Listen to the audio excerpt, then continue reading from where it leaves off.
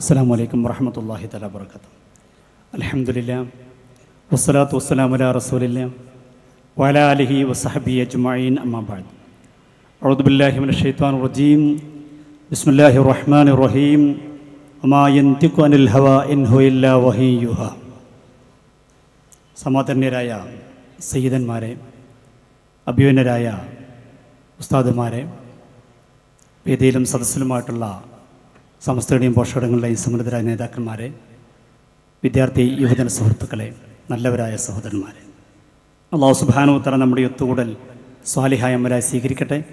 നമ്മെ നമ്മുടെ മാതാപിതാക്കൾ, ഉസ്താദുമാർ, നമ്മോട് ബന്ധപ്പെട്ടവർ, സഹായിച്ചവർ, സ്നേഹിച്ചവർ, സഹകരിച്ചവർ, ദുആ കൊണ്ട് വസിയത്ത് ചെയ്തവർ എല്ലാവരെയും അല്ലാഹു സ്വർഗീയ ലോകത്ത് ഒരുമിച്ച് കൂട്ടി അനുഗ്രഹിക്കട്ടെ. ബിഹഖി നബിയ്യിൽ മുസ്തഫ മുഹമ്മദിൻ സല്ലല്ലാഹു അലൈഹി വസല്ലം.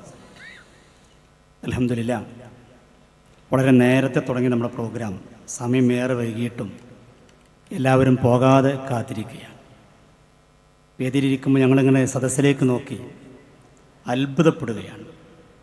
ഈ ഒരു മാസത്തിൻ്റെ ഇടക്ക് കഴിഞ്ഞ ജനുവരി 26-ന് മനുഷ്യജാലിക എല്ലാ ജില്ലകളിലും ആയിരങ്ങളെ സംഘടിപ്പിച്ചുകൊണ്ട് നടന്നു. അത് കഴിഞ്ഞപ്പോഴേക്ക് 28-ന് ബാംഗ്ലൂരിലും വലിയൊരു മഹാസമ്മേളനം നടന്നു. അത് കഴിഞ്ഞ് തിരിച്ചെത്തിയപ്പോഴേക്ക് കോഴിക്കോട് മുഖദ്ദസിൽ ലക്ഷങ്ങൾ അണിനിരത്തിക്കൊണ്ട് SKSന്റെ 30-ാം വാർഷിക മഹാസമ്മേളനം നടന്നു. അതിൻ്റെ ഇടയിൽ SBയുടെ 35-ാം വാർഷികവും SBയുടെ 30-ാം വാർഷിക സമ്മേളനം നടന്നു. ഇപ്പോൾ കുറഞ്ഞ ദിവസങ്ങളെ കൊണ്ട് ഒരു വലിയ മഹാസമ്മേളനം ഇവിടെ തീർത്തിരിക്കുകയാണ്.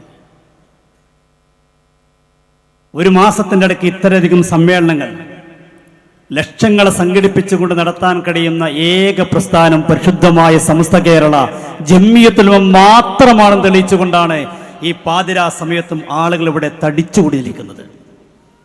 ഇത് കേരളത്തിൽ ഏതൊരു സംഘടനക്കാണ് സാധ്യമാകുക? ഒരു മാസത്തിൻ്റെ ഇടയ്ക്ക് ഇത്തരം സമ്മേളനങ്ങൾ സംഘടിപ്പിക്കാൻ സമസ്ത കേരള ജംഇയ്യത്തുൽ ശക്തി എന്താണെന്ന് ഏവരെയും ബോധ്യപ്പെടുത്തുന്ന ഒരു മഹാസമ്മേളനമാണ് അൽഹംദുലില്ലാഹ് ഈ പാതിരാ സമയത്തോടെ നടന്നുകൊണ്ടിരിക്കുന്നത്. കോഴിക്കോട് സമ്മേളനം കഴിഞ്ഞ് ഒരു കരിപ്പൂർ സമ്മേളനം വെക്കുമ്പോൾ പലർക്കും ആശങ്കയുണ്ടായിരുന്നു, ഇനിയിപ്പോൾ ഒരു സമ്മേളനം വെച്ചാൽ വിജയിക്കുമെന്ന്. സമസ്തയെ സംബന്ധിച്ചിടത്തോളം ഇനി നാളെ ഒരു സമ്മേളനം ഉണ്ടെന്ന് പറഞ്ഞാൽ ഇൻഷാ അല്ലാഹ് ഇതുപോലെ ലക്ഷങ്ങൾ നാളെയും തടിച്ചുകൊള്ളും. അതാണ് സമസ്ത കേരള ജംഇയ്യത്തുൽ ഉലമ. അൽഹംദുലില്ലാഹ്, അല്ലാഹു ആ പ്രസ്ഥാനത്തിൻ്റെ കൂടെ മരിക്കുവോളം പ്രവർത്തിക്കാൻ തൗഫീഖ് നൽകി അനുഗ്രഹിക്കട്ടെ. മരണം ഹൈറാകുമ്പോൾ ഈമാനോടെ മരിക്കാനുള്ള സൗഭാഗ്യം നൽകി അനുഗ്രഹിക്കട്ടെ.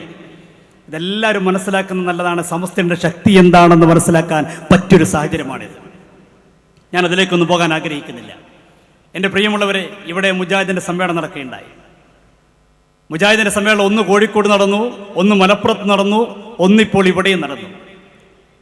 ഓരോ വിഭാഗവും അവകാശപ്പെടുന്നു ഞങ്ങളാണ് യഥാർത്ഥ മുജാഹിദ് എന്ന്.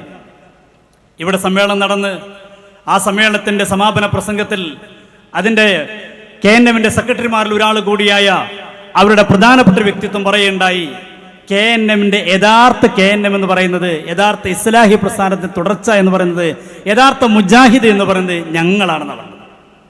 മറ്റുള്ളതൊന്നുമല്ല, ഞങ്ങളാണ് യഥാർത്ഥ മുജാഹിദ്. ഞങ്ങളുടെ ആശയമാണ് യഥാർത്ഥത്തിൽ ഇസ്ലാഹി പ്രസ്ഥാനത്തിന്റെ ആശയം. മറ്റുള്ളതൊന്നും യഥാർത്ഥ മുജാഹിദല്ല, യഥാർത്ഥ ഇസ്ലാഹി പ്രസ്ഥാനമല്ല. ഞാൻ ആ ഭാഗം കേൾപ്പിച്ചുകൊണ്ടാണ് തുടങ്ങാൻ ആഗ്രഹിക്കുന്നത്. അദ്ദേഹം ഒന്ന് പറയട്ടെ.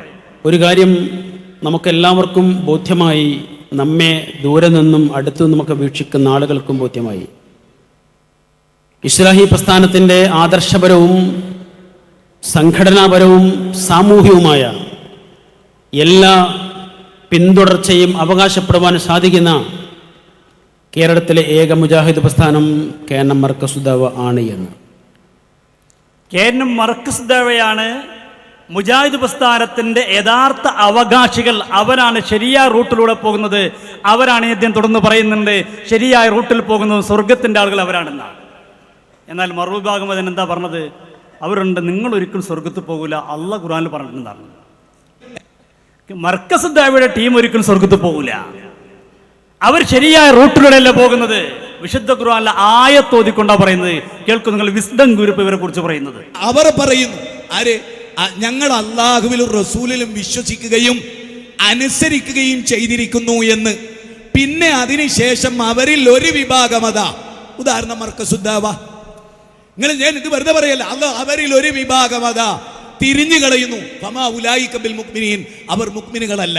എന്തോരം വിസ്ഡം ഗ്രൂപ്പ് മുഅ്മിനീങ്ങളല്ലെന്ന് അള്ളാഹ് പറഞ്ഞിട്ടുണ്ട്. ഇസ്ലാഹി പ്രസ്ഥാനത്തിന്റെ പിന്തുടർച്ച ഉണ്ടെന്ന് മാത്രമല്ല അവർ മുഅ്മിനീങ്ങളല്ലെന്ന് അള്ളാഹ് പറഞ്ഞിട്ടുണ്ട്. പറയട്ടെ പ്രശ്നം അതല്ല പറയാ, വൈദാ ദൂ ഇലല്ലാഹി വറസൂലിഹി ലിയഹ്കുമ ബൈനഹും ഇദാ ഫരീഖും മിൻഹും മുഗ്രിദൂൻ. അതായത് 2002 വരെ ബുഖാരിയിൽ ഒരു ഹദീസ് ഉണ്ട് എന്ന് പറഞ്ഞാൽ ഓൽക്ക് വിഷയമല്ല. ആ ബുഖാരിയിൽ ഉണ്ടല്ലേ, അത് പരിഗണിക്കേണ്ടതാണ്. ഇപ്പൊ ചോദിക്കണ എന്തറിയോ, ബുഖാരിയിലല്ലേ ഖുർആനിലല്ലല്ലോ. ഇതാ വ്യത്യാസം. അള്ളാഹ് പറഞ്ഞു തരാ, 14 നൂറ്റാണ്ട് മുമ്പ് ഇങ്ങനെ ചില വിഭാഗം ഉണ്ടാവും. ഇതാ ആ ഹദീസ് പത്തരമാറ്റാണ്, മുത്തവാത്തിറാണ്. നാലുണ്ട യുക്തിക്ക് ഈച്ചന്റെ ഒരു ചിറകിൽ ഔഷധവും ഒരു ചിറകിൽ രോഗാണും എനിക്ക് വിശ്വസിക്കാം. നിങ്ങൾക്കറിയോ, കൊളറാഡോ യൂണിവേഴ്സിറ്റി ഉണ്ട്, അതിന്റെ ഷഡ്പഥ വിജ്ഞാനിയം വെറുതെ ഒന്ന് ക്ലിക്ക് ചെയ്തൊക്കെ ഇപ്പോ ഈ കസേലയിൽ ഇരുന്നിട്ട് കൊളറാഡോ യൂണിവേഴ്സിറ്റി എന്നൊന്ന് അടിച്ചു കൊടുത്തേ, അതിലെ ഷഡ്പഥ വിജ്ഞാനി അടിച്ചു കൊടുത്തേ, ഈച്ചയുടെ ചിറകിൽ ഔഷധമുണ്ടോ, ഈച്ചയുടെ ചിറകിൽ ഓയിൽമെന്റ് ഉണ്ടാക്കലുണ്ടോ എന്നൊക്കെ ഒന്ന് പരിശോധിച്ച് നോക്കിയേ. അള്ളാഹുവിന്റെ റസൂൽ അള്ളാഹിന്റെ റസൂലാണ് എന്നതിന്റെ ഏറ്റവും വലിയ തെളിവാ പറയുന്നത്. ഈച്ചന്റെ ഒരു ഹദീസ് കഴിഞ്ഞ മുജാഹിദ് സമ്മേളനത്തിൽ ഉണ്ടായ വിഷയമാണ്. ആ മുജാഹിദ് സമ്മേളനത്തിൽ ഈച്ചയുടെ വിഷയം പറഞ്ഞ് വിവാദമായ വ്യക്തിക്ക് ഈ സമ്മേളനത്തിൽ സ്വീകരണം കൊടുത്തു. അന്ന് അദ്ദേഹം KNM ആയിരുന്നു, ഇപ്പോൾ അദ്ദേഹം മർക്കസ് ദേവന്റെ ആളായി. എന്നിട്ട് അദ്ദേഹത്തിന് സ്വീകരണം എന്താ? അദ്ദേഹത്തിന്റെ പ്രത്യേകത, മുത്തുനബി മുഹമ്മദ് റസൂലുള്ളാഹി സ്വല്ലല്ലാഹു അലൈഹി വസല്ലമ തങ്ങളുടെ ഹദീസിനെ തള്ളിക്കളഞ്ഞു. ഇവിടെ സമ്മേളനം നടത്തിയ വിഭാഗത്തിന്റെ വാദം നോക്കൂ നിങ്ങൾ. അവർ പറയുന്നത് എല്ലാ ഹദീസും സ്വീകരിക്കാൻ പറ്റില്ല, ഹദീസുകൾ തള്ളിക്കളയണം. എന്താണ് ഈ തള്ളുന്നത്? പുണ്യ നബി മുഹമ്മദ് റസൂലുള്ളാഹി സ്വല്ലല്ലാഹു അലൈഹി വസല്ലമ തങ്ങളുടെ ഹദീസുകളെ വിശുദ്ധ ഖുർആൻ എന്തേ പറഞ്ഞത്? വമാ കാന ലിമുഅ്മിനിൻ വലാ മുഅ്മിനത്തിൻ ഇദാ ഖലല്ലാഹു വറസൂലുഹു അംറൻ അൻ യകൂന ലഹുൽ ഖിയറ. അല്ലാഹും റസൂലും ഒരു കാര്യം വിധിച്ചു കഴിഞ്ഞാൽ പിന്നെ അതിനെതിരെ നിൽക്കാൻ മുഅ്മിനീങ്ങൾക്ക് പാടില്ല. പിന്നെ എന്റെ ഇഷ്ടം ഇങ്ങനെയാണ്, എന്റെ താല്പര്യം ഇങ്ങനെയാണ് എന്ന് പറയാൻ ഒരു മുഅ്മിനും ഒരു വിശ്വാസിനിക്കും സാധ്യമല്ലെന്ന് വിശുദ്ധ ഖുർആൻ പറയുമ്പോ ഇവിടെ സമ്മേളനം നടത്തിയ വിഭാഗം പറഞ്ഞെന്താ അറിയോ? ഒരുപാട് ഹദീസുകൾ തള്ളിക്കളയണം. ബുഖാരിൽ ഇല്ലേ ചോദിച്ചപ്പോൾ പറഞ്ഞത്, ബുഖാരിൽ ഉണ്ടായിക്കോട്ടെ, ബുഖാരിൽ ഉണ്ടെങ്കിലും തള്ളിക്കളയണം. ഈ ആയത്ത് വിശദീകരിച്ചുകൊണ്ട് മഹാരഥന്മാരായ പണ്ഡിതന്മാർ പറയുന്നുണ്ട്, ഫഹാദിഹിൽ ആയത്തു ആമത്തുൻ ഫീ ജമീഇൽ ഉമൂരി. എല്ലാ കാര്യങ്ങളെക്കുറിച്ചും ഈ ആയത്ത് ഏതെങ്കിലും വിഷയത്തെക്കുറിച്ചല്ല, എല്ലാ വിഷയങ്ങൾക്കും ഉള്ളതാണ്. വദാലിക അന്നഹു ഇദാ ഹക്കമല്ലാഹു വറസൂലുഹു ബിശൈഇൻ, അല്ലാഹുവോ റസൂലോ ഒരു കാര്യം തീരുമാനിച്ചു കഴിഞ്ഞാൽ ഫലൈസ ലിഅഹദിൻ, ഒരാൾക്കും സാധ്യമല്ല, ഒരാൾക്കും പാടില്ല, മുഖാലഫത്തുഹു, അല്ലാഹുവോ റസൂൽ ഒരു കാര്യം പറഞ്ഞാൽ അതിനെതിരെ നിൽക്കാൻ പാടില്ല. വലഖ്തിയാറ ലിഅഹദിൻ ഹൗനാ, ഒരാൾക്കും സ്വന്തം ഇഷ്ടപ്രകാരം വേറൊന്നും കൂടെ പറയാൻ പാടില്ല. വലാ റഅയ വലാ ഖൗല, ഒരു അഭിപ്രായം പറയാൻ പാടില്ല, ഒരു വാക്കും പറയാൻ പാടില്ലെന്ന് പറയുമ്പോ ഇവിടുത്തെ മുജാഹിദുകൾ പറയുന്നുണ്ടാ, ഇവിടെ സമ്മേളനം നടത്തിയ മുജാഹിദ് പറയുന്നത് നമ്മുടെ ബുദ്ധിക്ക് ഇഷ്ടപ്പെട്ടില്ലെങ്കിൽ തള്ളിക്കളയണം. ഇവിടെ സമ്മേളനം നടത്തിയ ഒരു ഗ്രൂപ്പിന്റെ വലിയ നേതാവായ അബ്ദുസ്സലാം സുല്ലമി അദ്ദേഹം ഈ പുസ്തകത്തിൽ പറയുന്നത്, ഇവിടെ വിതരണം ചെയ്തൊരു പുസ്തകമാണ്. ഈ പുസ്തകത്തിന്റെ 18ാമത്തെ പേജിൽ പറയുന്നു നോക്കൂ നിങ്ങൾ. ഇതിൽ പറയാണ്, ശാസ്ത്ര സത്യങ്ങൾക്ക് എതിരായിട്ട് ഹദീസ് വന്നാൽ ആ ഹദീസും തള്ളിക്കളയണം. ഏതെങ്കിലും ഒരാള് ഒരു ശാസ്ത്രജ്ഞ ഒരു വിഷയം കണ്ടെത്തി അത് ഹദീസിന് വിരുദ്ധമാണെങ്കിൽ ആ ശാസ്ത്രം തള്ളണം എന്നല്ല പറഞ്ഞത്, പിന്നെ ഹദീസ് തള്ളിക്കളയണം. എവിടേക്കാണ് ഇവർ സമുദായത്തെ കൊണ്ടുപോകുന്നത്? ആദ്യമൊക്കെ ഇവർ ഇമാമിങ്ങളെ തള്ളി പറഞ്ഞിരുന്നുള്ളൂ, നമ്മുടെ ഉസ്താദുമാരെ തള്ളി പറഞ്ഞുള്ളൂ. ഇപ്പൊ ഇപ്പോൾ പറയുന്നു ഹദീസുകൾ തള്ളിക്കളയണം, ശാസ്ത്രത്തെ സ്വീകരിക്കണം. എവിടേക്കാണ് ഈ സമുദായത്തെ ഇവർ കൊണ്ടുപോകുന്നത്? വിശുദ്ധ ഖുർആൻ പറയുന്നു ഒരു മുഅ്മിനും അങ്ങനത്തെ ഒരു ചിന്തയെ ഉണ്ടാകാൻ പാടില്ല. എന്നാൽ ഇവർ പറയുന്നത് കേൾക്കും നിങ്ങൾ, ഹദീസുകൾ തള്ളിക്കളയണമെന്ന് സുല്ലമി തന്നെ പറയുന്നത് കേൾക്കുക. ഇല്ല. അടുത്ത കാരണം ഖുർആന് അതിൽ മുഴുവൻ കൊള്ളേണ്ടതാണ്, കൊള്ളേണ്ടതും തള്ളേണ്ടതും ഖുർആനില്ല. ഹദീസിൽ കൊള്ളേണ്ടതും തള്ളേണ്ടതുമുണ്ട്. പിന്നുള്ളത് ഹദീസ് ഗ്രന്ഥത്തിലെ ഹദീസുകളിൽ ബുഖാരി ഒക്കെ മുന്നിലൂടെയും പിന്നിലൂടെയും അസത്യം വന്നിട്ടുണ്ട്. കണ്ടോ, ഖുർആനിൽ തള്ളേണ്ടതും കൊള്ളേണ്ടതും ഇല്ല, പക്ഷെ ഹദീസിൽ കൊള്ളേണ്ടതുമുണ്ട് തള്ളേണ്ടതുമുണ്ട്. ബുഖാരിയിലൊക്കെ പിന്നിലൂടെയും മുന്നിലൂടെയും അസത്യങ്ങൾ വന്നിട്ടുണ്ട്. എവിടേക്കാണ് ഈ സമുദായത്തെ കൊണ്ടുപോകുന്നത്? ഇത് നമ്മൾ പറയണ്ടേ? ഇത് തിരുത്തി കൊടുക്കണ്ടേ? ഇത് പറയണ്ടെന്ന് പറഞ്ഞാൽ അംഗീകരിക്കാൻ നമുക്ക് കഴിയുമോ? മുത്തുനബി സല്ലല്ലാഹു അലൈഹി വസല്ലമ തങ്ങൾ ഹദീസിനെ കുറിച്ച് അതിൽ കൊള്ളേണ്ടതുമുണ്ട്, തള്ളേണ്ടതുമുണ്ട്. ബുഖാരിയിലടക്കം അസത്യങ്ങളുണ്ട്, അത് തള്ളിക്കളയണം. എന്നിട്ട് അത് നിർത്തുന്നില്ല. അദ്ദേഹം പറയാണ്, ഹദീസുകൾ, ചില ഹദീസുകളിൽ വാക്കിൽ പിഴവും നെല്ലിൽ പതിരും ഉണ്ടാകുന്നത് പോലെ ഹദീസുകൾ ധാരാളം പിഴവുകൾ ഉണ്ടാവാം. പറയട്ടെ.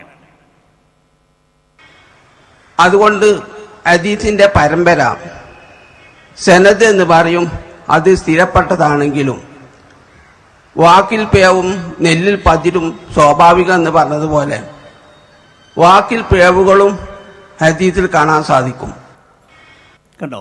പരമ്പര സ്വഹീഹാണെങ്കിൽ പോലും സാധാരണ ചോദിക്കാറ് ഹദീസ് സ്വഹീഹാണോ സ്വഹീഹാണോ എന്ന് ചോദിക്കാറ്. ഇപ്പോൾ പറയുന്നത് ഹദീസ് സ്വഹീ ആണെങ്കിൽ പോലും, പരമ്പര സ്വഹീ ആണെങ്കിൽ പോലും നമ്മൾക്ക് പറ്റില്ലെങ്കിൽ തള്ളിക്കളയണം. എവിടേക്കാണ് ഇവർ പോകുന്നത്? ഇപ്പോൾ ഇവരെ വാദം എവിടെത്തി? ഇവർ രണ്ട് ഗ്രൂപ്പായി പിരിഞ്ഞപ്പോ സക്കരിയ സലാഹി പറയാണ്, ബുദ്ധിക്ക് യോജിക്കാത്ത എല്ലാ ഹദീസും തള്ളണമെന്നുള്ള വാദമാണ് ഇവർ ക്ലാസ്സിലെത്തുകൊണ്ടിരിക്കുന്നത്, ഇവർ പ്രസംഗിച്ചുകൊണ്ടിരിക്കുന്നത്. നമ്മുടെ ബുദ്ധിക്ക് യോജിക്കണില്ലെങ്കിൽ ആ ഹദീസ് തള്ളണം. അങ്ങനെയാണെങ്കിൽ എത്ര ഹദീസ് തള്ളേണ്ടി വരും? നമുക്ക് മനസ്സിലാകാത്ത ഹദീസുകളൊക്കെ തള്ളിക്കളയണം. എന്നിട്ട് സക്കരിയ സലാഹിനെ ചോദിക്കുകയാണ്, ഈ പോക്ക് പോയാൽ നമ്മൾ എല്ലാം തള്ളേണ്ടി വരില്ലേ? കേൾക്കുന്നു. എന്താ വെച്ചാല് ഇപ്പൊ പൊതുവെ ഹദീസുകൾ സ്വീകരിക്കുമെന്ന് പറയുന്ന ആളുകൾ തന്നെ നമ്മുടെ ബുദ്ധിക്കും നമ്മുടെ അഭിരുചിക്കും യോജിച്ചത് മാത്രമേ സ്വീകരിക്കുള്ളൂ, അല്ലാത്തത് ഒരൊറ്റ തട്ടാണ്. എത്രത്തോളം എന്ന് വെച്ചാൽ ആ ഹദീസ് കണ്ടിട്ടും കൂടി ഉണ്ടാവില്ല. സക്കരിയ സലാഹിക്ക് ചെറിയ മാറ്റമൊക്കെ വന്നിട്ടുണ്ട്. അവര് പറയാണ്, ഇപ്പൊ ചില മുജാഹിദുകള് ബുദ്ധിക്ക് യോജിക്കാത്ത ഹദീസുകളൊക്കെ തട്ടിക്കളയണമെന്ന് പറഞ്ഞു നടക്കുകയാണ്. ഹദീസ് ഇപ്പൊ ഒറ്റ തട്ട്. എടോ, തനിക്ക് മുമ്പ് ഈ ഹദീസ് എത്ര ആള് തള്ളിയിട്ടുണ്ട്? 13 നൂറ്റാണ്ട് കഴിഞ്ഞ് 14-ാം നൂറ്റാണ്ടാണ്, 14-ാമത്തെ നൂറ്റാണ്ടിൽ വരുന്ന ഈ മനുഷ്യൻ എത്ര തലമുറ കഴിഞ്ഞു പോയി. ദിഷണാശാലികളും ബുദ്ധിമാന്മാരുമായ ഒരുപാട് പണ്ഡിതന്മാരും ശ്രേഷ്ഠന്മാരും കഴിഞ്ഞു പോയി. അവരൊക്കെ ഈ ഹദീസിനെ എങ്ങനെയാ സമീപിച്ചത്? അവരൊക്കെ ഒരൊറ്റ തട്ട് തട്ടിയതാണോ? ഇതൊന്ന് പരിശോധിക്കാനുള്ള സന്മനസ് പോലും നമ്മൾ കാണിക്കാതെ ഒരൊറ്റ തട്ട് തട്ടാണ്. എന്നിട്ട് ചോദിച്ചാൽ അതൊന്നും ബുദ്ധിക്ക് യോജിക്കൂല. ചില ആളുകൾ പറയും ബുദ്ധിക്ക് യോജിക്കാത്ത ഹദീസ് എടുക്കണമെന്നുണ്ടോ? സുഹൃത്തെ, അങ്ങനെ ബുദ്ധിക്ക് യോജിക്കാത്ത ഹദീസ് സഹീഹായിട്ട് ഉണ്ടാവില്ല. അതുകൾ മനസ്സിലാക്കണം ആദ്യം. നമുക്ക് തൽക്കാലം മനസ്സിലായില്ല എന്ന് വരാം. നമുക്ക് മനസ്സിലാത്ത എന്തെല്ലാം കാര്യമുണ്ട്, ഒക്കെ തള്ളല. നമുക്ക് മനസ്സിലാകാത്ത ഒരുപാട് കാര്യങ്ങളില്ലേ, അതൊക്കെ പ്രത്യക്ഷത്തിൽ തന്നെ കേട്ടപാട് തള്ളലാണോ? അതെന്താ എനിക്ക് മനസ്സിലായിട്ടില്ല, അറിയണവരോട് ചോദിക്കണം എന്ന് പറയല്ലേ ചെയ്യാ. കണ്ടോ? നമുക്ക് ബുദ്ധിക്ക് യോജിക്കില്ല എന്ന് കരുതി എല്ലാം തള്ളാൻ പറ്റുമോ? ഇതിനെക്കുറിച്ച് പൂർവികർ എന്താ പറഞ്ഞു നോക്കണ്ടേ? ഇതല്ലേ നമ്മൾ ഇത്രകാലം പറഞ്ഞത്. ഇസ്തിഹാസയെ കുറിച്ച് പറയുമ്പോൾ, തവസ്സുലിനെ കുറിച്ച് പറയുമ്പോൾ, നമ്മൾ മുജാഹിദുൽ പ്രസ്ഥാനം നമ്മൾ തർക്കത്തിരിക്കുന്ന വിഷയങ്ങളെ കുറിച്ച് പറയുമ്പോൾ, അവിടൊക്കെ നമ്മൾ ഹദീസുകൾ ഉദ്ധരിക്കുമ്പോൾ ഇവർ തള്ളിക്കളയും. അപ്പൊ നമ്മൾ പറയാറുള്ള എന്താ, ഇമാമികൾ ഹദീസിനെ കുറിച്ച് എന്ത് പറഞ്ഞു, പൂർവികർ എന്ത് പറഞ്ഞു, നമ്മളെ ബുദ്ധിക്കനുസരിച്ച് തള്ളാൻ പാടില്ല. പക്ഷേ ഇവിടെ സമ്മേളനം നടത്തിയ ടീമിന്റെ വലിയ നേതാവ്, അവരുടെ സെക്രട്ടറി പറഞ്ഞറിയോ, ഏതൊരാളുടെയും വാക്കുകൾ തള്ളേണ്ടതുണ്ടാകും. എല്ലാവരും അന്ധമായി അംഗീകരിക്കാൻ പാടില്ല. സാക്ഷാൽ മുത്തുനബി മുഹമ്മദ് റസൂലുള്ളാഹി സല്ലല്ലാഹു അലൈഹി വസല്ലമ തങ്ങളെ പോലും തള്ളേണ്ടി വരും. പുണ്യ നബി സല്ലല്ലാഹു അലൈഹി വസല്ലമ തങ്ങളെ പോലും തള്ളേണ്ടി വരും. ആരാ പറയുന്നത്? ഇവിടെ സമ്മേളനം നടത്തിയ ആ ടീമിന്റെ ഏറ്റവും വലിയ നേതാവ്. കേൾക്കും നിങ്ങൾ. പടച്ചവൻ മാത്രമാണ്, വേറെ ആര് ചെയ്താലും ചോദിക്കണം എന്തിനാണ്. കണ്ടോ? പടച്ചോനല്ലാതെ ആര് എന്ത് ചെയ്താലും ചോദിക്കണം. പറയട്ടെ, ആര് ചെയ്താലും ശരി. അതല്ല നിങ്ങൾ ചോദ്യം ചെയ്യാതെ കണ്ട് ഒരുത്തരെ അന്ധമായി നിങ്ങൾ അനുകരിക്കുന്നുവെങ്കിൽ അതിന് ദിവ്യത്വം കൽപ്പിച്ചു എന്നതിന്റെ അർത്ഥം. ദൈവമാക്കിയിരിക്കുന്നു നിങ്ങൾ. അത് ആര് ചെയ്താലും ചോദിക്കണം. മുഹമ്മദ് നബി തന്നെയാണല്ലോ ഏറ്റവും അടുത്തത്. മുഹമ്മദ് നബി ചെയ്താലും ചോദിക്കണം എന്തിനാ ചെയ്തത്. കണ്ടോ? മുഹമ്മദ് നബി സല്ലല്ലാഹു അലൈഹി വസല്ലമ തങ്ങൾ ചെയ്താലും ചോദിക്കണം എന്തിനാ ചെയ്തത്. ഈമാനുള്ള മുഅ്മിനീങ്ങളെ നമുക്ക് ഉൾക്കൊള്ളാൻ കഴിയോ? പടച്ചോനെ പേടിയുള്ളവരെ ഇവരുമായി കൊണ്ട് അഡ്ജസ്റ്റ്മെന്റിൽ പോകാൻ നമുക്ക് കഴിയോ? ആരെയാണ് ഈ തള്ളുന്നത്? അഷ്റഫുൽ വറാ നബി മുഹമ്മദ് റസൂലുള്ളാഹി സല്ലല്ലാഹു അലൈഹി വസല്ലമ തങ്ങളെ തള്ളിക്കളയണം. ആരെയും നമ്മൾ സ്വീകരിക്കണമെങ്കിൽ നമ്മളൊന്ന് ആലോചിക്കണം, സ്വീകരിക്കാൻ പറ്റുമോ പറ്റൂലേ? അത് മുത്തുനബിയാണെങ്കിൽ പോലും പറഞ്ഞിപ്പോ എവിടെത്തി? ഇവിടെ സമ്മേളനത്തിൽ പ്രസംഗിച്ചെന്താ അറിയോ? ഖുർആൻ പോലും അന്ധമായി അനുകരിക്കരുത്. ആദ്യം സഹാബത്തിനെ തള്ളി, മുമ്പ് താബിയങ്ങളെ തള്ളി, അതിൻ്റെ മുമ്പ് നമ്മൾ ഉസ്താദന്മാരി ഇമാമിങ്ങളും തള്ളി, പിന്നെ ഹദീസ് തള്ളി, ഇവിടെ വന്നപ്പോൾ ഒന്നുകൂടി കയറി വിശുദ്ധ ഖുർആനെ കുറിച്ച് ഇവിടുന്ന് പ്രസംഗിച്ചെന്താ അറിയോ? വിശുദ്ധ ഖുർആൻ അന്ധമായി അനുകരിക്കരുത്. നമ്മളൊക്കെ ഒന്ന് ഖുർആൻ കിട്ടിയെന്ന് നോക്കണം, നമുക്ക് പറ്റൂലേ? പറ്റുമെങ്കിൽ സ്വീകരിക്കാം, അല്ലെങ്കിൽ തള്ളാം. അതിന് തെളിവെന്താ? ആയത്ത് കേട്ടോളുന്നുണ്ട്. ഖുർആൻ രേഖപ്പെടുത്തുന്ന മറ്റൊരു സവിശേഷമായ കാര്യം ദൈവികമായ സന്ദേശങ്ങളെ അന്ധമായി അനുകരിക്കരുത് എന്നതാണ്. ദൈവിക സന്ദേശങ്ങളെ അന്ധമായി അനുകരിക്കരുത്. ഖുർആൻ നൽകുന്ന സൂചനയാണ്. ഖുർആൻ നമ്മോട് പറയുന്നതാണ്, അള്ളാഹുവിൻ്റെ വിശുദ്ധ ഖുർആൻ പോലും അന്ധമായിട്ട് അനുകരിക്കരുത്. നമ്മളൊന്ന് ആലോചിക്കണം, ബുദ്ധിക്ക് കൊള്ളൂലേ? പറയട്ടെ. അനുകരണം എന്ന് പറയുന്നത് യഥാർത്ഥത്തിൽ ചിന്തയെ കൊന്നുകളയുക എന്നതാണ്. വിശുദ്ധ ഖുർആനിലെ സൂറ ഫുർഖാൻ 25-ാം അധ്യായത്തിലെ 73-ാമത്തെ വചനത്തിൽ ഈ ഭാഗം രേഖപ്പെടുത്തുന്നുണ്ട്. വല്ലദീന ഇദാ ദുക്കിറൂ ബിആയാതി റബ്ബിഹിം ലം യഖിറൂ അലൈഹാ സുമ്മൻ വഉംയാന. ഈ പദത്തിന്റെ താല്പര്യം നിങ്ങൾ അന്ധമായി അല്ലാഹുവിന്റെ നാമങ്ങളിലേക്ക് വരരുത് എന്നു തന്നെയാണ്. കണ്ടോ എന്താ പറഞ്ഞത്?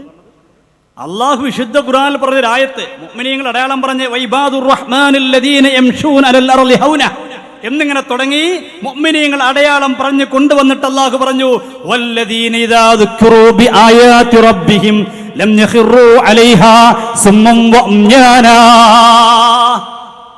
ഈ ആയത്ത് ഓതിയിട്ട് പറയണ, ഈ ആയത്തിന്റെ താല്പര്യം ഖുർആനൊന്നും നമ്മൾ അന്ധമായിട്ട് അനുകരിക്കരുത് എന്നാണ്. ഈ ആയത്തിന് ഈ അർത്ഥം ആര് പറഞ്ഞു? നേരത്തെ സയ്യിദുലും ഇവിടെ പറഞ്ഞല്ലോ, സംവാദത്തിനാണ് ഇവിടെ കുട്ടികളുണ്ട്. ഞങ്ങൾക്ക് പറയാനുണ്ട്, ഈ ആയത്ത് വെച്ച് മുജാഹിദ് സമ്മേളനത്തിലെ വലിയൊരു പ്രശ്നമാണിത്. ഇത് ഓതിയ ആളാരറിയോ?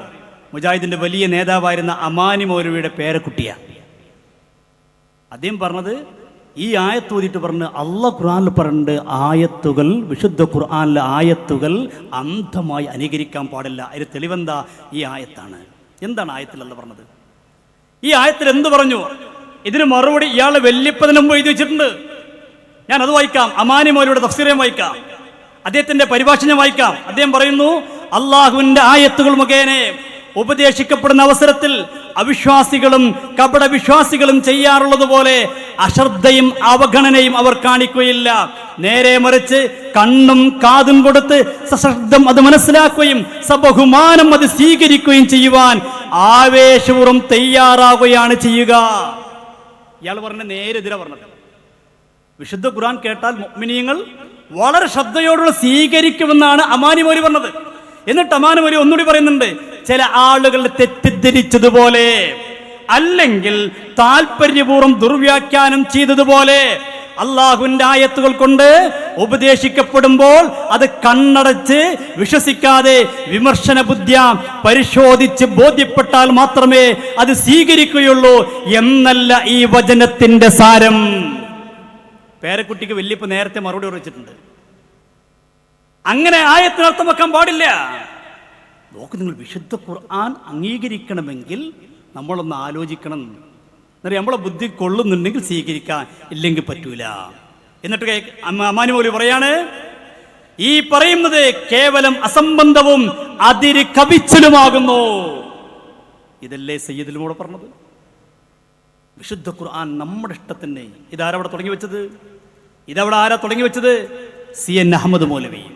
അദ്ദേഹത്തിന്റെ വാദം എന്തായിരുന്നു? ഖുർആനിലെ ആയത്തുകളുമൊക്കെ നമ്മളെ ബുദ്ധിക്ക് കൊള്ളുന്നില്ലെങ്കിൽ നമ്മളെ ബുദ്ധിക്കനുസരിച്ചുകൊണ്ട് വ്യാഖ്യാനിക്കണം. അദ്ദേഹം വ്യാഖ്യാനിച്ചു എന്താ? മൂസാ നബി അലൈഹിസ്സലാത്തു വസ്സലാം ആ കടലിലേക്ക് പോയിട്ട് അള്ളാഹു തആല കടലിനെ അടിക്കാൻ പറഞ്ഞല്ലോ, വടിയുണ്ട്. അടിച്ചപ്പോൾ കടൽ പിളർന്നില്ലേ? അതെങ്ങനെ ഉൾക്കൊള്ളാൻ കഴിയാ? ഒരു വടിയുണ്ട് അടിക്കുമ്പോൾ ഇങ്ങനെ കടലെങ്ങനെ പിളരുക? എന്നിട്ട് എങ്ങനെ ആയിക്കൂടി നടന്നു പോകുക? അത് ഉൾക്കൊള്ളാൻ കഴിയില്ലല്ലോ. അപ്പൊ അദ്ദേഹം വ്യാഖ്യാനിച്ചു, മൂസാ നബി എന്ന് പറഞ്ഞാൽ കടലിന്റെ വേലിയേറ്റം അറിയുന്ന ആളാണ്, വേലി ഇറക്കം അറിയുന്ന ആളാണ്. അതുകൊണ്ട് വടി കുത്തിയിട്ട് എവിടേക്കാണ് ആഴുള്ളത്, ആയല്ലാത്തതൊക്കെ നോക്കിയിട്ട് ഇങ്ങനെ പോയി, കടൽ കൂടി വടി കുത്തിയിട്ട് പോയി. വിശുദ്ധ ഖുർആൻ വ്യാഖ്യാനിച്ചാണ്. അത് ഇപ്പോഴും മുജാഹിദ് പ്രസ്ഥാനം വലിയ താല്പര്യപൂർവ്വം പറയുന്നുണ്ട്. അന്ന് CN അഹമ്മദ് മൗലവി നല്ല മനസ്സുകൊണ്ട് അങ്ങനെ വ്യാഖ്യാനിച്ചെന്നപ്പോൾ പ്രസംഗിക്കുന്നത്. CN അഹമ്മദ് മൗലവി ഖുർആൻ അങ്ങനെ ദുർവ്യാഖ്യാനിച്ചത് വേറെ ഒരുപാടുണ്ട്. ഒരു പെട്ടി വന്നതിനെ വെച്ച് ഖുർആൻ പറയുന്നുണ്ട്. ആ പെട്ടി മലക്കുകൾ ചുമക്കെന്ന് പറഞ്ഞപ്പോ മലക്കുകൾ ഇങ്ങനെ പെട്ടി ചുമന്നുകൊണ്ടുപോകുക. അപ്പൊ അമാനി പോലെ CN അഹമ്മദ് മൗലവി പറഞ്ഞു, അത് മലക്കുകൾ എന്നല്ല അർത്ഥം, കാളവണ്ടി എന്നാണ് അർത്ഥം. മലക്കുകൾ കാളവണ്ടിയായി. സുലൈമാൻ നബി അലൈഹിസ്സലാത്തു വസ്സലാമിനോട് ഉറുമ്പ് സംസാരിച്ചു എന്ന് പറയുന്നുണ്ട്. അപ്പൊ CN അഹമ്മദ് മൗലവി ചിന്തിച്ചു, എങ്ങനെ ഇപ്പൊ ഉറുമ്പ് സംസാരിക്കാം? അപ്പൊ CN അഹമ്മദ് മൗലവി പറഞ്ഞു, ഉറുമ്പ് എന്ന് പറഞ്ഞാണ് ഉദ്ദേശിക്കുന്നത് ആ നംലത്ത് ഗോത്രത്തിൽപ്പെട്ട ആ ഗോത്രത്തിലെ അറിയപ്പെട്ട പെണ്ണ് സംസാരിച്ചു എന്നാണ് അർത്ഥം. ഉൾക്കൊള്ളാൻ കഴിയത്തക്ക വ്യാഖ്യാനിക്കണം, ദുർവ്യാഖ്യാനിക്കണം. അങ്ങനെ ഒരു വ്യാഖ്യാനിച്ചതിനെ ഇപ്പൊ ഒരു മൗലവി പറയാണ് അതൊക്കെ നല്ല ഉദ്ദേശത്തോടെ ചെയ്തതാണ്. കേൾക്കും നിങ്ങൾ. അതായത് അന്നത്തെ വളരെ പ്രഗത്ഭനായിരുന്ന ഇസ്ലാമിനെ അങ്ങേയറ്റം സ്നേഹിച്ചൊരു പണ്ഡിതനായിരുന്നു CN അഹമ്മദ് മൗലവി. ഞാനിത് വളരെ കരുതി കൂട്ടിയാണ് ഈ ക്യാമ്പിൻ്റെ സമാപനത്തിൽ പിരിഞ്ഞു പോകുന്ന നിങ്ങളുടെ മനസ്സിൽ ഈ യാഥാർത്ഥ്യം ഓർമ്മപ്പെടുത്തുന്നത്. അദ്ദേഹം ഇസ്ലാമിനെ പൊളിക്കാൻ വന്ന ആളല്ല, ഇസ്ലാമിനെ നശിപ്പിക്കാൻ വന്ന ആളല്ല. അദ്ദേഹം എഴുതിയ ഗ്രന്ഥങ്ങളും ലേഖനങ്ങളുടെയും ലക്ഷ്യം നമ്മൾ കാണുമ്പോൾ ഇസ്ലാമിനെ ലോകത്തിന് എത്തിക്കണമെന്ന അടങ്ങാത്ത ആഗ്രഹം ഉണ്ടായ ആളാണ് അദ്ദേഹം. അദ്ദേഹം എന്താ ചെയ്തത്? നിങ്ങൾ ഖുർആൻ ഇങ്ങനെ വായിച്ചു നോക്കിയപ്പോൾ ഇങ്ങനെ തോന്നിച്ചാൽ ആയത്തൊക്കെ അതൊക്കെ അമുസ്ലിങ്ങൾ വായിച്ചാൽ ഖുർആനെ പറ്റി അവർക്ക് തെറ്റിദ്ധാരണ ഉണ്ടാവും. കാരണം മൂസാ നബി അലൈഹി സ്വലാം കടലിൽ അടിച്ചപ്പോൾ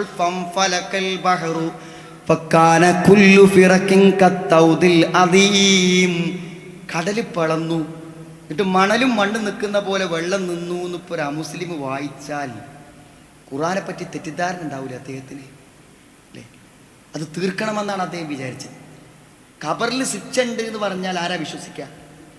മനുഷ്യൻ ദ്രവിച്ച് അടങ്ങിപ്പോകുന്ന ഖബറിൽ ശിക്ഷ ഉണ്ടെന്ന് വ്യാഖ്യാനിക്കേണ്ടത്, വിശദീകരിക്കേണ്ടത്. സഹോദരങ്ങളെ, സുലൈമാൻ നബി എന്ന മഹാനായ ഒരു പ്രവാചകൻ ഉറുമ്പുകളോട് വർത്താനം പറഞ്ഞു എന്ന് പറഞ്ഞാൽ ഇതൊരു അന്ധവിശ്വാസത്തിന്റെ ഗ്രന്ഥാന്ന് ആൾക്കാർ വിചാരിക്കൂലേ?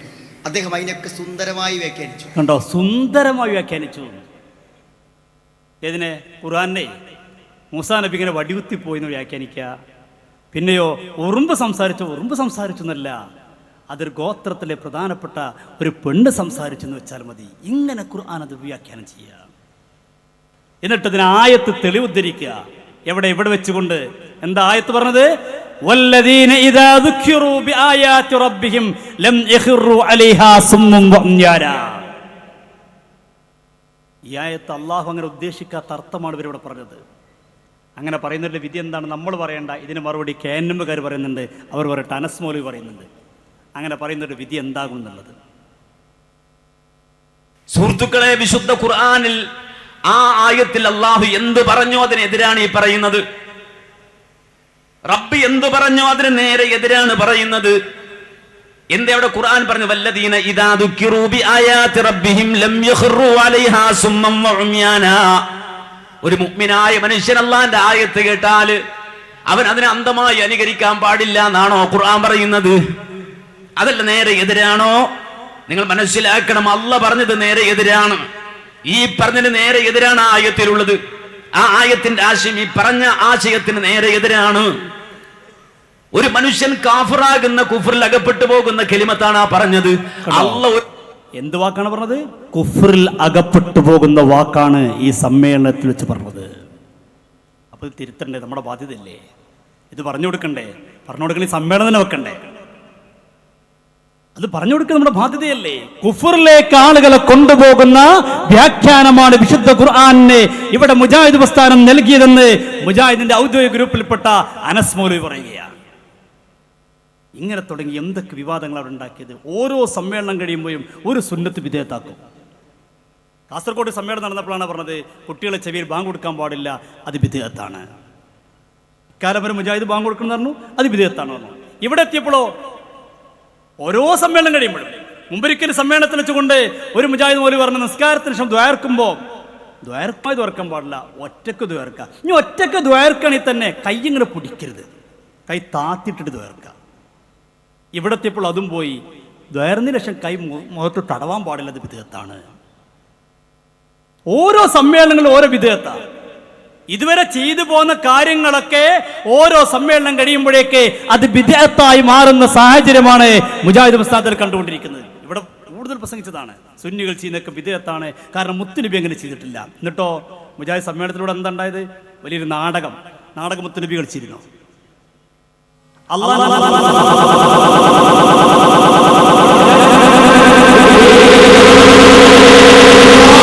നാടകത്തിന് വേണ്ടി മാറ്റിവെച്ചു. പാട്ടുകൾക്ക് വേണ്ടി നമ്മളെ കുട്ടികൾ നബിദിനത്തിന്റെ സ്റ്റേജിൽ കയറിയിട്ട് നമ്മുടെ നബിയവർ ആരാണ് ഇത് പാടിയ വിദേഹത്ത്. അപ്പൊ ചോദിക്കും മുത്തുനബിയോ സഹാബത്തോ അങ്ങനെ പാടിയിട്ടുണ്ടോ? ഇവിടെ നോക്കൂ നിങ്ങൾ, അവരെ സമ്മേളനത്തിൽ നടന്ന ഒരു നാടകത്തിന്റെ ചെറിയൊരു ഭാഗം കാണിക്കാം. മീശ വളർത്തും മുട്ടോളം മുട്ടറ്റം മുടിയും വളർത്തും, ഞങ്ങളുടെ ഇഷ്ടം ഞങ്ങളുടെ ഇഷ്ടം ഞങ്ങളതും ചെയ്യും, ഇത് ഞങ്ങളുടെ ഇഷ്ടം ഞങ്ങളുടെ ഇഷ്ടം ഞങ്ങളതും ചെയ്യും, മൈ ബോഡി മൈ ചോയ്സ്. അല്ല ഈ ചെക്കനെന്താ ഈ ദിക്റ് ചൊല്ലുന്ന മാതിരി ചൊല്ലി വരുന്നേ? ഇത് ദിക്റ് ചൊല്ലണ മാതിരി നാടകമല്ല, എത്ര കണ്ടാ മതി, ഉള്ള കണ്ട നിങ്ങൾ ആലോചിച്ച് നോക്ക്. ഇതൊന്നും ഒരു കുഴപ്പമില്ല. നമ്മുടെ നബിദിന റാലി നടത്തിയ പ്രശ്നമാണ്, ഷിർക്കാണ്, കുഫറാണ്, ബിദ്അത്താണ്. എന്നാലോ ഈ സമ്മേളനത്തിന്റെ ഭാഗമായിട്ട് റാലി നടത്തിയില്ലേ, വലിയ പാട്ടും വെച്ചിട്ട് റാലി നടത്തി. അപ്പൊ ഒരു പ്രശ്നമില്ല. നമ്മളിങ്ങനെ മുത്തുനബിയുടെ സ്നേഹത്തിന്റെ ഭാഗമായി യാ നബി സലാം അലൈക്കും, യാ റസൂൽ സലാം അലൈക്കും, യാ ഹബീബ് സലാം അലൈക്കും, സലവാത്തുല്ലാഹി അലൈക്കും. അങ്ങനെ നബിയെ കുറിച്ച് പാടുന്ന നബിക്ക് ഇഷ്ടമുള്ള കാര്യമല്ലേ? മദീനത്തേക്ക് ചെന്നപ്പോ പുണ്യ നബി സല്ലല്ലാഹു അലൈഹി വസല്ലം തങ്ങളെ കണ്ടപ്പോ സഹാബത്തിന്റെ കുട്ടികൾ ദഫെടുത്തില്ലേ, മുട്ടിയില്ലേ, പാടിയില്ലേ? പാട്ടങ്ങനെ പാടിയപ്പോ നബി എന്താ പറഞ്ഞത്? ആ കുട്ടികളിലേക്ക് ഇറങ്ങി ചെന്ന് ചോദിച്ചില്ലേ, ഹൽ തുഹിബ്ബൂനനി, മക്കളെ നിങ്ങൾക്ക് എന്നോട് ഇഷ്ടമുണ്ടോ? ആ കുട്ടികൾ പറഞ്ഞു വല്ലാഹി ഇന്നാ നുഹിബ്ബുക യാ റസൂലുള്ളാഹ്, ഉണ്ട് നബിയെ അങ്ങയെ ഞങ്ങൾക്ക് വല്ലാത്ത ഇഷ്ടമാണ്, അതുകൊണ്ടാണല്ലോ പാട്ട് മുട്ട് ദഫൊക്കെ ഉണ്ടായത്. അപ്പൊ നബി സല്ലല്ലാഹു അലൈഹി വസല്ലം പറഞ്ഞു വിദേഹത്താണ് പറഞ്ഞു, പറഞ്ഞില്ല. എന്താ പറഞ്ഞത്? വല്ലാഹി ഇന്നി ഉഹിബ്ബുക്കും ഖാലഹ സലാസ മറ, 3 വട്ടം നബി തങ്ങൾ പറഞ്ഞു എനിക്ക് നിങ്ങളെയും ഇഷ്ടമാണ്, നിങ്ങളെയും ഇഷ്ടമാണ്. എന്നാൽ അങ്ങനെ റാലി നടത്തിയ ഷിർക്ക്, കുഫർ, ബിദ്അത്ത് ഇവരെ സമ്മേളനത്തിന്റെ ഭാഗമായിട്ടോ നല്ല റാലി, ഒരു കുഴപ്പമില്ല. കണ്ടോളൂ, ഒരു മൈത്രി സന്ദേശം ലോകത്തിന് കൈമാറണം എന്നൊരു വലിയ സന്ദേശമാണ് നമുക്ക് നൽകിക്കൊണ്ടിരിക്കുന്നത്. എന്തായാലും വർത്തമാനം പറയണം, ഭാവിയെ കുറിച്ചു നാം വർത്തമാനം പറയണം എന്നുണ്ട്. നമ്മൾ യാ നബി സലാം അലൈക്കും, ഇവര് ഭാവിയെ കുറിച്ച് വർത്തമാനം പറയണം. ഈ പാട്ടും പാടി ഒരു കുഴപ്പമില്ല. ഈ സമ്മേളനത്തിന്റെ ഭാഗമായിട്ട് ഇവിടെ നടന്നതാ. നോക്കൂ നിങ്ങൾ, നമ്മൾ എന്ത് ചെയ്താലും ഷിർക്ക്. മരിച്ചുപോയ നമ്മളെ പൂർവികരായ ആളുകൾക്ക് വല്ലതും ചെയ്താലോ അതും ബിദ്അത്ത്, ഷിർക്ക്, കുഫർ. എന്നാ ഇവിടെയോ, ഇവിടെ പ്രസംഗിച്ചൊരു മൗലവി ആ വിഷയം പറഞ്ഞു, മരണപ്പെട്ടവർക്ക് വേണ്ടി എന്ത് ചെയ്താലും കിട്ടൂല, ഒരു കാര്യമില്ല, ഒന്നും കിട്ടൂല എന്ന് പറഞ്ഞു. എന്നിട്ടോ അതേ വേദിയിൽ തന്നെ ഒരാൾ പ്രസംഗിക്കുകയാണ്, ഈ സമ്മേളനത്തിന്റെ വെളിച്ചവും വറക്കത്തൊക്കെ കിട്ടുന്നത് ആരിലേക്കാ? വക്ക മൗലവിയിലേക്ക് എത്തട്ടെ എന്ന്. ഓ, ആ വക്ക മൗലവി മരിച്ചിട്ടില്ലേ? ഒന്നെങ്കിലും വക്ക മൗലവി മരിക്കാതിരിക്കണം. ഇവിടെ പ്രസംഗിച്ചതാണ്. ഇവര് രസമുണ്ട്, ഈ പ്രസംഗിച്ച് പലതും ഇപ്പോഴും നെറ്റിൽ അപ്ലോഡ് ചെയ്തിട്ടില്ല. ഈ നേരത്തെ ഞാൻ പറഞ്ഞല്ലോ ഖുർആൻ അന്ധമായി അനുകരിക്കുന്നു പറഞ്ഞില്ലേ, ആ ഭാഗം ഇപ്പോ കട്ട് ചെയ്തു. ഇപ്പൊ നെറ്റിലൊക്കെ കാണൂല. അതിവര് മുമ്പേ ഉള്ളൊരു രീതിയാണ്. തഫ്സീർ സാവിയിൽ ഇമാം മുഹമ്മദ് സാവി റളിയല്ലാഹു അൻഹു വഹാബികളെ കുറിച്ച് പറയുന്നൊരു ഭാഗമുണ്ട്.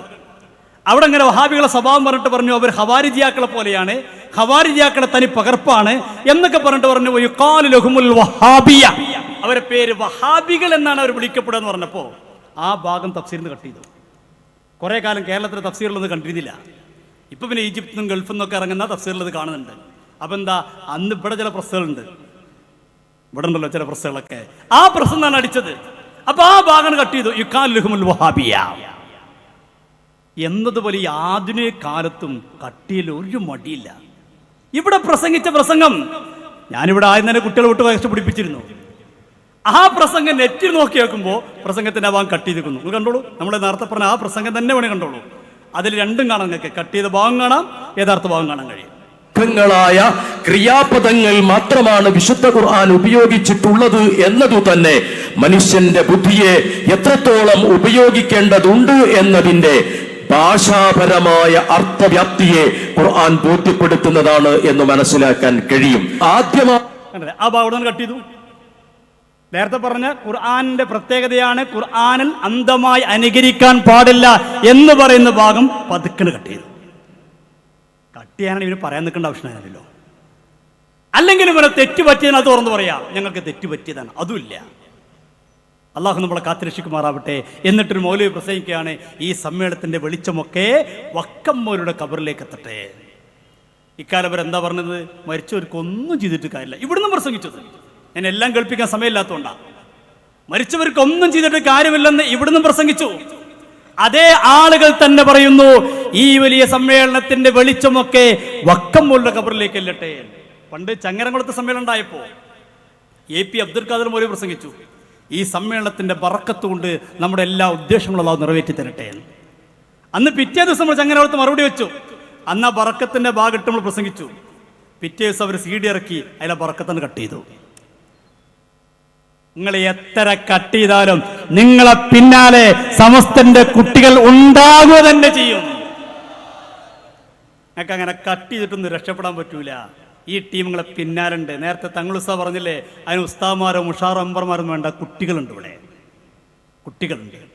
നിങ്ങളെ കട്ടുപിടിക്കാൻ കുട്ടികൾ മതി, അതിന് ആരും വേണ്ട. പറയണ്ട കേൾക്കും നിങ്ങൾ. ഈ വെളിച്ചം നഗരിയിലേക്ക് ഫെബ്രുവരി 4 മുതൽ ഒഴുകിയെത്തിയ ജലലക്ഷങ്ങളുടെ ഹൃദയങ്ങളിൽ കൊളുത്തിവെച്ച വെളിച്ചത്തിന്റെ പ്രതിഫലം അങ്ങ് വക്കം മൗലവിയുടെ ഖബറിടത്തിലേക്ക് എത്തുമെന്നുള്ളത് ഇതാണ് ചരിത്രം. എന്താ ചരിത്രം? ഈ സമ്മേളനത്തിന്റെ ഇത്ര ദിവസം നടന്ന സമ്മേളനത്തിന്റെ വെളിച്ചം വക്കം മൗലവിയുടെ ഖബറിലേക്ക് എത്തുന്നു. നമ്മൾ വിശുദ്ധ ഖുർആൻ ഓതിയാൽ ലായിസിലും അതെത്തൂല.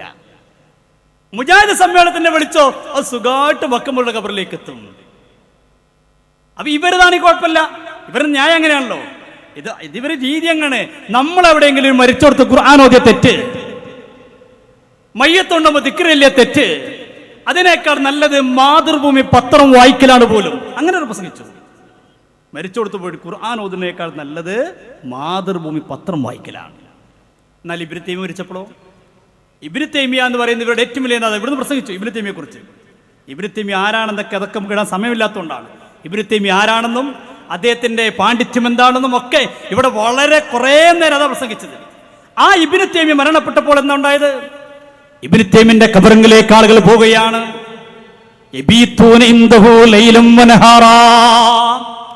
രാവും പകലും ആൾക്കാർ പോയി അവിടെ താമസിക്കാൻ. എവിടെ? ഖബറിങ്ങെ. എന്താ പണി? അവിടെ നിന്നൊരു ഖുർആൻ ഓതുക. പഴയ കാലത്ത് നമ്മൾ പറയില്ലേ, കത്തപ്പുര കെട്ടി ഖുർആൻ ഓതാറില്ലേ? ആ പണി ഇബ്നു തൈമിന്റെ ഖബറിന്റെ അരികിൽ ഉണ്ടായിരുന്നു. കഴിഞ്ഞില്ല. ഇബ്നു തൈമിയ പോകുന്ന സമയത്ത്, ഇബ്നു തൈമിയുടെ ജനാസ കൊണ്ടുപോകുന്ന സമയത്ത് ആളുകൾ തലപ്പാവും തോളിലെ മുണ്ടുമെടുത്ത് മയ്യത്ത് കട്ടിലിന് മുകളിൽ ഇടുമായിരുന്നു. എന്നിട്ടോ ആ മുണ്ടെടുത്ത് മുത്തുമായിരുന്നു. എങ്ങനെ? ഇബ്നു തൈമിന്റെ മയ്യത്ത് കട്ടിൽ മുത്താൻ കിട്ടാത്തതുകൊണ്ട്, അല്ലെങ്കിൽ മയ്യത്ത് മുത്താൻ കിട്ടാത്തത് കൊണ്ട് ആ മയ്യത്ത് കട്ടിലിന്റെ മുകളിലേക്ക് തുണിയിടും. എന്നിട്ട് ആ തുണിന്റെ എടുക്കും, എന്നിട്ട് തുണി മുത്തും. ആര്? ഇബ്നു തൈമിയ. ഒരു പ്രശ്നമില്ല. നമ്മളൊന്ന് ഖബറിങ്ങ പോയി ബർക്കത്തെടുത്താൽ അത് ശിർക്ക്. ഖബറിങ്ങ പോയാൽ ശിർക്ക്. ഇസ്തിഗാസ നടത്തിയാൽ ശിർക്ക്. ഇവിടെയും മൗലവി പ്രസംഗിച്ച എന്താ? CP ഉമർ സുല്ലമി അടക്കമുള്ള ആളുകൾ പറഞ്ഞ എന്താ? സമസ്ത കേരള ജമിയത്തുൽ പോലുള്ള മുസ്ലിം സംഘടനകളെ കുറിച്ച് പറഞ്ഞു, അവരൊക്കെ സമുദായത്തെ ഷിർക്കിലേക്കാണ് കൊണ്ടുപോകുന്നത്. മഅദല്ലാഹ്. ആരാണോ ഷിർക്കിലേക്ക് കൊണ്ടുപോകുന്നത്? ആരാണോ ബിദ്അത്തിലേക്ക് കൊണ്ടുപോകുന്നത്? നേരത്തെ തങ്ങൾ ഉസ്താദ് പറഞ്ഞതുപോലെ ഇവർക്ക് ഷിർക്ക് എന്തെന്ന് മനസ്സിലായിട്ടില്ല. ഷിർക്ക് എന്താണ് മനസ്സിലായിട്ടില്ല. മനസ്സിലാകാത്തത് കൊണ്ടാണ് ഷിർക്കിലേക്ക് കൊണ്ടുപോയി എന്ന് പറയുന്നത്. ഈ സമ്മേളനത്തിന്റെ സമാപന സംഗമത്തിൽ വെച്ച് ഞങ്ങൾ ഈ സമ്മേളനത്തെ സാക്ഷി നിർത്തിക്കൊണ്ട്, ഈ 10,000 സാക്ഷി നിർത്തിക്കൊണ്ട് പറയുന്നു, നിങ്ങൾ തയ്യാറാണോ? ഷിർക്ക് എന്താണ്, തൗഹീദ് എന്തെന്ന് ഒരു സംവാദം നടത്താൻ കരിപ്പൂരിൽ സമ്മേളനം നടത്തിയ മുജാഹിദുകൾ തയ്യാറാണോ? ഞങ്ങൾ തയ്യാറാണ്. ഞങ്ങൾ 1000 വട്ടം തയ്യാറാണ്. നിങ്ങൾക്ക് ധൈര്യമുണ്ടോ? പിടച്ചനാവാം. പരസ്യമാണ് ഞങ്ങൾ അങ്ങനെ ആവാം. നിങ്ങൾക്ക് പരസ്യമായിട്ട് വരാൻ പേടിയുണ്ടോ? ഓഡിറ്റോറിയത്തിലാവാം. ഞങ്ങൾക്കറിയാലോ ഇവർ വന്ന കഥയൊക്കെ. ഇവിടുത്തെ സെക്രട്ടറി ഞങ്ങൾക്ക് സംവാദത്തിൻ്റെ കഥ ഞങ്ങൾക്കറിയാം. അതിനാണോ? അത് റെഡിയാണ്. ഈ പാവങ്ങളിലെ ഈമാൻ ചൂഷണം ചെയ്യരുത്. ഈ പാവങ്ങളെ പറ്റിക്കരുത്. ഈ പാവങ്ങളെ തെറ്റിദ്ധരിപ്പിക്കരുത്. അള്ളാഹു നമ്മളെ കാത്തിരക്ഷിക്കുമാറാവട്ടെ. അള്ളാഹു ഹക്കിൻ്റെ കൂടെ ഉറച്ചു നിൽക്കാൻ തൗഫീഖ് നൽകി അനുഗ്രഹിക്കട്ടെ. നിരവധി പറയാനുണ്ടെങ്കിലും 10 മണി വരെയാണ് എന്നോട് സമയം പറഞ്ഞത്. സമയം 10:15 നീട്ടിക്കൊണ്ട് ഉചിതമല്ലെന്ന് മനസ്സിലാക്കി ഞാൻ നിർത്തുന്നു. അള്ളാഹു നമ്മുടെ ഈ സദ്യുത്വമത്തെ സ്വീകരിക്കട്ടെ. ഇതിനോട് സഹായിച്ച എല്ലാവർക്കും അള്ളാഹുവെ അർഹമായ പ്രതിഫലം നൽകി അനുഗ്രഹിക്കണേ റഹ്മാനെ. ആമീൻ യാ റബ്ബൽ ആലമീൻ. അസ്സലാമു അലൈക്കും വറഹ്മത്തുള്ളാഹി.